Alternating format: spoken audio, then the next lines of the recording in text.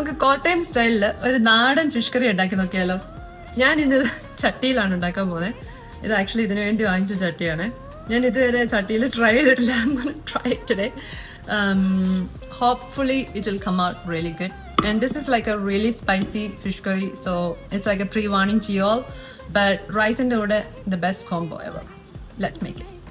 ഇതിന് വേണ്ട ഇൻഗ്രീഡിയൻസ് ഞാൻ മെയിനായിട്ട് യൂസ് ചെയ്തിരിക്കുന്ന സാൽമൺ ആണ്. ഞാൻ ക്യൂബ്സ് ആയിട്ട് കട്ട് ചെയ്ത് വെച്ചിരിക്കും ഓൾറെഡി. ആൻഡ് ദെൻ നമുക്ക് ചെറിയ ഉള്ളി, shallots, and then some green chilli and garlic clove and then ginger. ഈ ഒരു ഫിഷ് കറിയുടെ പ്രധാന ഇൻഗ്രീഡിയൻറ്റ് കാശ്മീരി ചില്ലി പൗഡറും ഹോട്ട് സ്പൈസി ചില്ലി പൗഡറിൻ്റെയും കോമ്പിനേഷനാണ്. അതിനകത്തേക്ക് ഈ കുടംപുളി ഇട്ട് വെച്ച വെള്ളത്തിൻ്റെ ആ മിക്സും കൂടി ചേർത്തിട്ടൊന്ന് ഇളക്കി വെക്കാം. ഇത് കുക്കിങ്ങിന് മുമ്പ് തന്നെ നമ്മൾ റെഡിയാക്കി വെക്കണം. ചട്ടി ചൂടാകുമ്പോൾ കോക്കനട്ട് ഓയിൽ ആഡ് ചെയ്ത് ഉലുവ ആഡ് ചെയ്യാം. അതിനകത്തേക്ക് crushed ginger and garlic, sliced കുഞ്ഞുള്ളിയുടെ പീസസ് സ്ലൈസ് ചെയ്ത് അതും കൂടി ആഡ് ചെയ്ത് കൊടുക്കാം. ഇത് എൻ്റെ സ്വന്തം ഗാർഡനിലെ കറിവേപ്പിലയാണ്. അതും കൂടി ഫ്ലേവറിന് വേണ്ടി ആഡ് ചെയ്യാം. പിന്നെ ഗ്രീൻ ചില്ലി, ടർമറിക് പൗഡർ, നേരത്തെ മിക്സ് ചെയ്ത് വെച്ച ചില്ലി പൗഡർ പേസ്റ്റ് ഇട്ട് കൊടുക്കാം. കുറച്ച് വെള്ളം ചേർത്തു. അതിനുശേഷം ആവശ്യത്തിന് വെള്ളം പിന്നീട് ചേർത്ത് കൊടുത്ത് സോൾട്ടും ചേർത്ത് നന്നായിട്ട് തിളയ്ക്കാൻ വേണ്ടി വെയിറ്റ് ചെയ്യുക.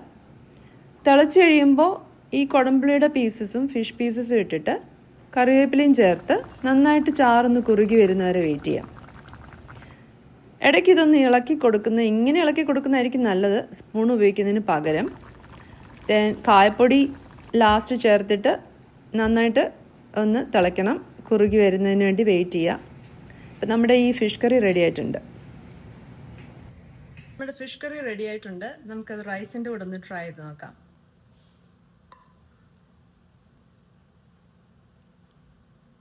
കുറച്ചുകൂടി ഗ്രേവി ആഡ് ചെയ്യുന്നുണ്ട്. Let me see how it tastes like.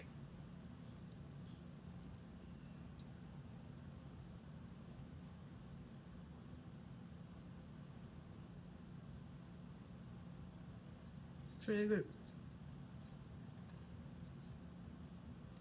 നല്ല സ്പൈസി, ചെറിയൊരു പുളിയുണ്ട്. നല്ല അടിപൊളി നാടൻ ഫിഷ് കറി.